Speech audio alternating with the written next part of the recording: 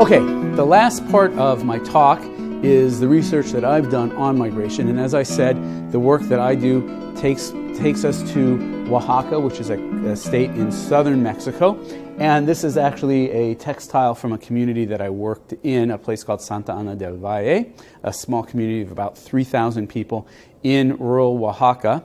And this is one of their traditional pieces of art. They do weaving in this community, and this is by a gentleman, Aaron Hippolito, and he wove this about 6 years ago.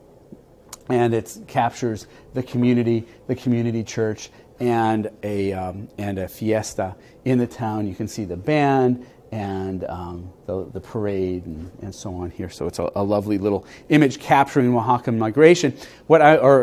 Capturing life in Oaxaca. What I want to talk to you just in this last part of my discussion is what the patterns of Oaxacan migration. Okay, so this is going to be reporting on work that ranges from about 1992 to about 2007. Okay, and one of the things that, again, we talked about were the push and pull factors that are encouraging migration in Latin America to the United States. And I just wanted to show you in this first part of the data from Oaxaca how some of these push and pull factors play out for the communities that I've done my research in. So if we look at this slide, for example, this is looking at income and local economics is what we can start with. And this table captures percentages of each community's population that are making less than twice the minimum wage. And in Oaxaca, this was defined as about $10. That was twice the minimum wage in over the last several decades. It hasn't changed a whole lot. It's still very, very low. Minimum wages are set by states rather than the federal government in Mexico, and the wage in Oaxaca is very low. But what you can see is that from places like a town called San Lorenzo Alvaradas or Santa Inés de Atzeche or Villa Diaz Ordaz, we can see that at least 90% of the population, the working population, is not earning twice that minimum. They're not earning $10 a day. So when I talk about pull and push factors, the push factor of the lack of income is incredibly strong in these communities. It's not the only thing to encourage migration, but it is a very important push factor. So you can see that even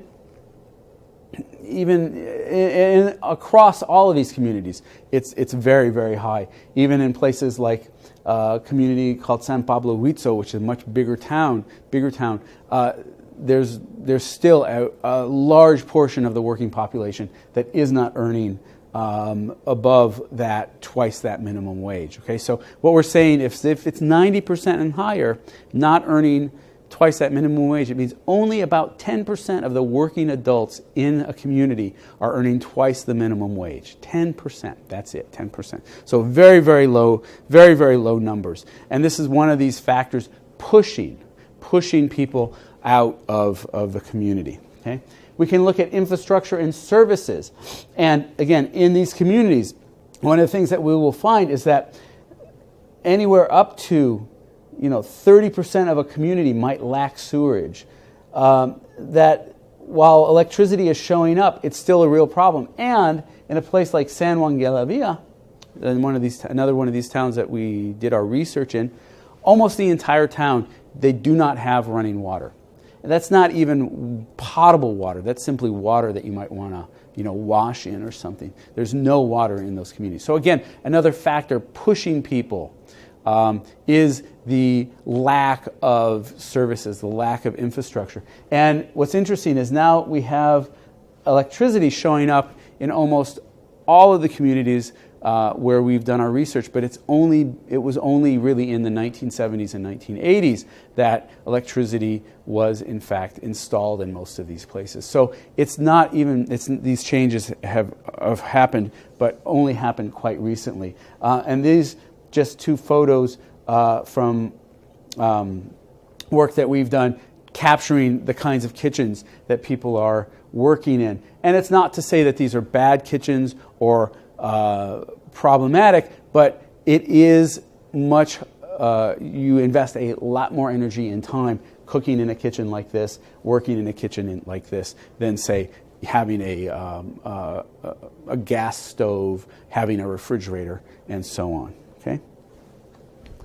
So if we look at migration's growth over time, and this is for the valleys, for of Oaxaca, the areas where we do our research, one of the things that you'll see is, again, this very rapid increase to about the year 2000 and kind of starting to level off.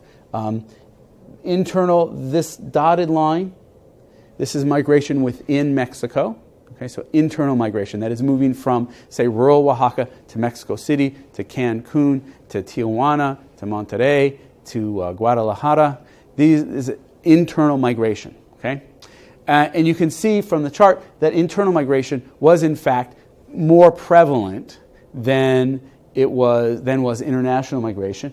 And here, in fact, from about 1970 on, this period here is called the Mexican Miracle, the really intense and rapid urbanization in the country and the growth of Mexico City. So people were going to Mexico City for work. And then really in about 1985 and on, international migration to the United States taking off. This actually coincides with following the collapse of the peso. Okay, there's a series of economic crises within Mexico that drive down the value of the currency, and migration increases in response. Okay, so again, we can look at then internal and international migration in Oaxaca. And so this captures what internal movers, these are people that are going from rural communities in Oaxaca to other parts of Mexico, what opportunities, what the migrant pool looks like. It's very balanced between men and women. They're not earning very much money. The jobs are in service, but there's also some degree of people who are professionals, and opportunities are a little different. Okay? If we look at international migration, on the other hand, what we find is that 80% of the people crossing the border are men. There are far fewer women crossing into the United States.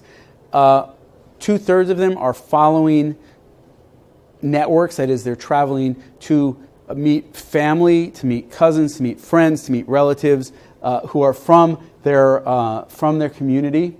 They're about 21 years of age. They tend to be young, newly married young men who are newly married. They're household heads. They may be supporting young newborn children.